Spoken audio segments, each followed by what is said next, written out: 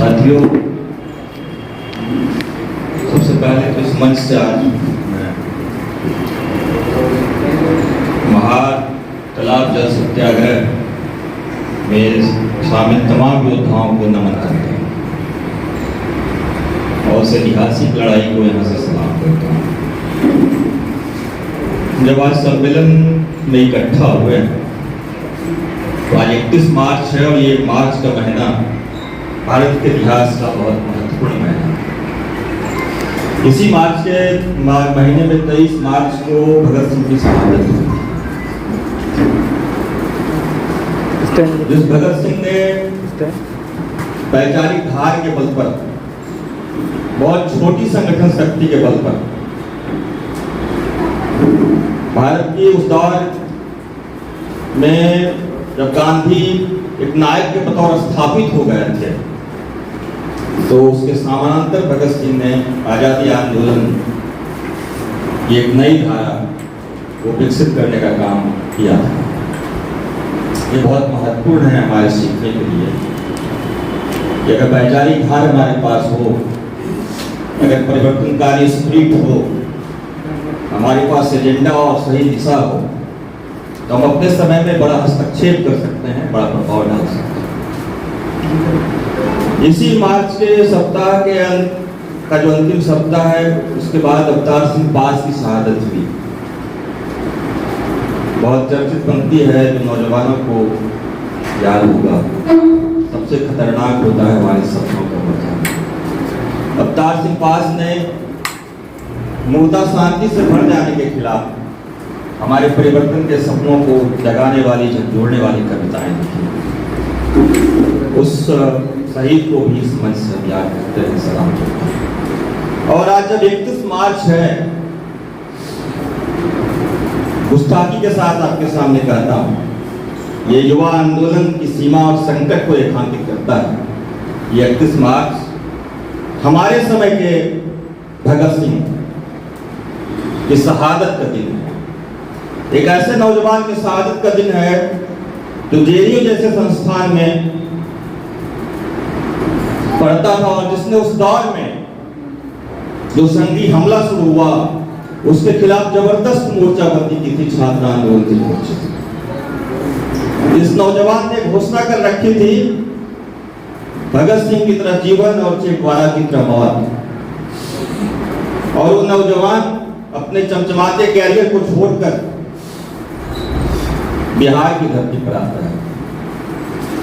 बिहार की उस धरती पर अगर हम ब्रह्मवादी शब्दकोश से उदाहरण लेकर दो शब्द का इस्तेमाल करते हुए कहें कि जो पिछड़ेपन का नरक है बिहार, जहां पर पिछड़े दलित आदिवासी आज हैं, उस पिछड़ेपन के नरक में डूबे लोगों को संगठित करके ये जो बंधुवादी शक्तियों ने और इस देश के कारपोरेटों ने अपना स्वर्ग बना रखा है, उस पर धावा बोलने की तैयारी कर रहे थे, उस पर धावा बोल रहे थे।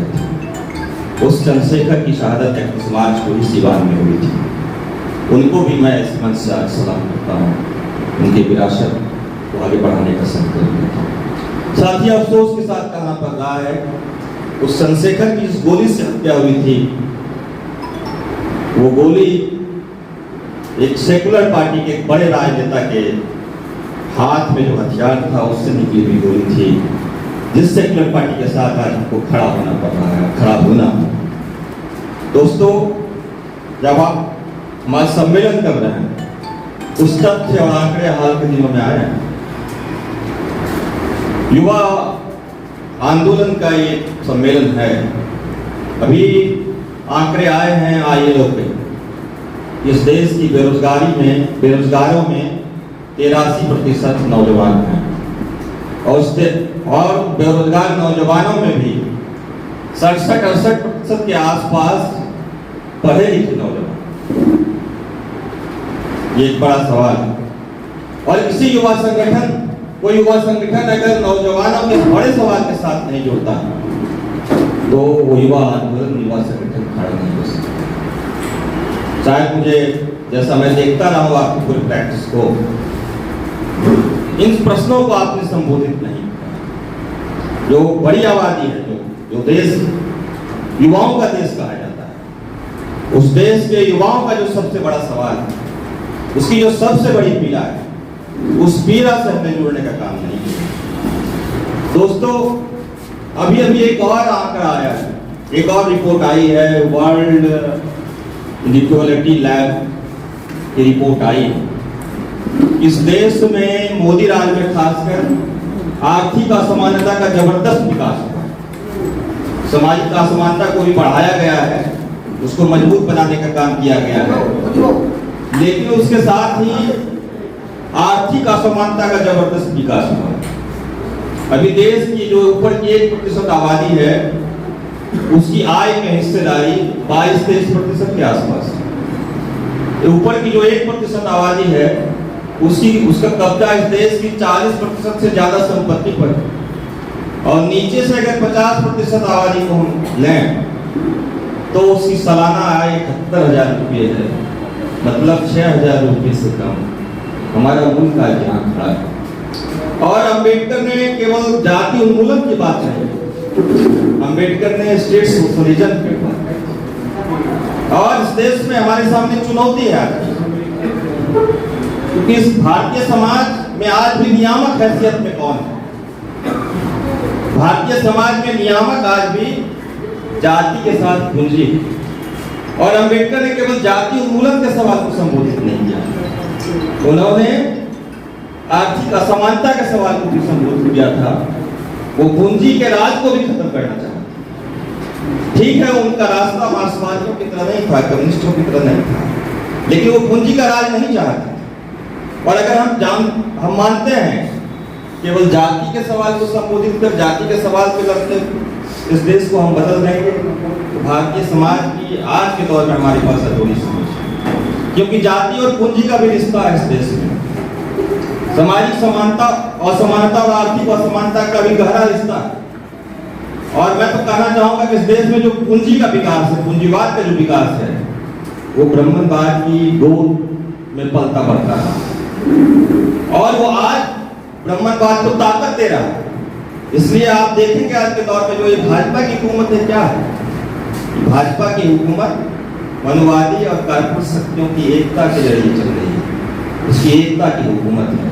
इसलिए बहुजन युवा आंदोलन को इस परिस्थिति पर, पूरी परिस्थिति पर जरूर विचार करना चाहिए और वहां से अपनी दृष्टि, अपना एजेंडा, अपनी दिशा तय करना चाहिए। डॉक्टर अंबेडकर ने और हमारे तमाम बहुजन नायकों ने हमारे पास एक वैचारिक पूंजी थमाई, लेकिन केवल उसी वैचारिक पूंजी के बदले को लेकर आज की चुनौतियों का मुकाबला नहीं हो सकता। डॉक्टर अंबेडकर ने अपने समय अपने पुरखों ने जो वैचारिक पूंजी सौंपी थी उनको, उसका विकास किया था। उस दौर में लड़ते हुए, संघर्ष करते हुए, परिवर्तन के कार्यक्रम को आगे बढ़ाते हुए आज के नौजवानों के सामने, खासतौर पर पढ़े लिखे नौजवानों के सामने एक चुनौती है कि बहुजन नायकों ने जो हमें वैचारिक पूंजी सौंपी है, उस पूंजी को लेकर आज की चुनौतियों का मुकाबला करते हुए उस पूंजी में इजाफा करें, उस पूंजी को बढ़ाएं, उस लड़ाई को आगे बढ़ाएं।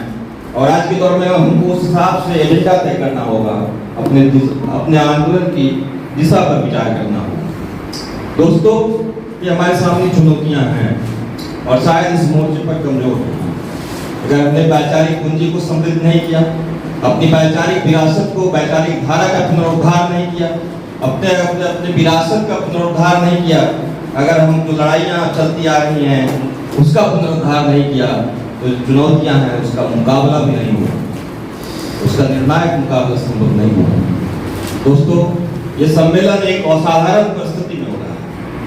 2024 का चुनाव लगभग साथियों ने कहा कोई सामान्य चुनाव नहीं, ये असाधारण चुनाव है। जिस चुनाव में इस देश के भविष्य का फैसला होना है, इस देश के संविधान के भविष्य का फैसला होना है, इस देश के अंदर लोकतंत्र के भविष्य का फैसला होना है। ये चुनाव संविधान को बचाने का चुनाव है, ये चुनाव लोकतंत्र की बहाली का चुनाव है, ये चुनाव बहुजन नायकों के सपनों को बचाए रखने का चुनाव है। ये चुनाव हमें अपने आने वाली नस्लों के लिए जो हमारे पास उम्मीदें हैं, सपने हैं, उसको भी बचाने का चुनाव है। इस चुनाव को मैं किसी तेजस्वी यादव के हाथ को मजबूत करने का चुनाव नहीं मानता। इस चुनाव में किसी राहुल गांधी को प्रधानमंत्री बनाने का चुनाव नहीं मानता। मैं इस चुनाव को किसी अखिलेश यादव को ताकत देने का चुनाव नहीं मानता। मेरा मानना है ये चुनाव संविधान को बचाने का चुनाव है, लोकतंत्र को बचाने का चुनाव है। और हमारे हाथों में जो ताकत है मनुवादी और काटू शक्तियों से दो हाथ करने की, उस ताकत को बचाने का चुनाव है और इस रूप में लेंगे। और जो ऐतिहासिक परिस्थिति है और ये जो है असाधारण चुनाव है, इसमें हम असाधारण भूमिका अदा करेंगे, अपनी पूरी ताकत से लोगों के बीच जाएंगे संविधान और लोकतंत्र की हिफाजत करने के लिए। बहुत बहुत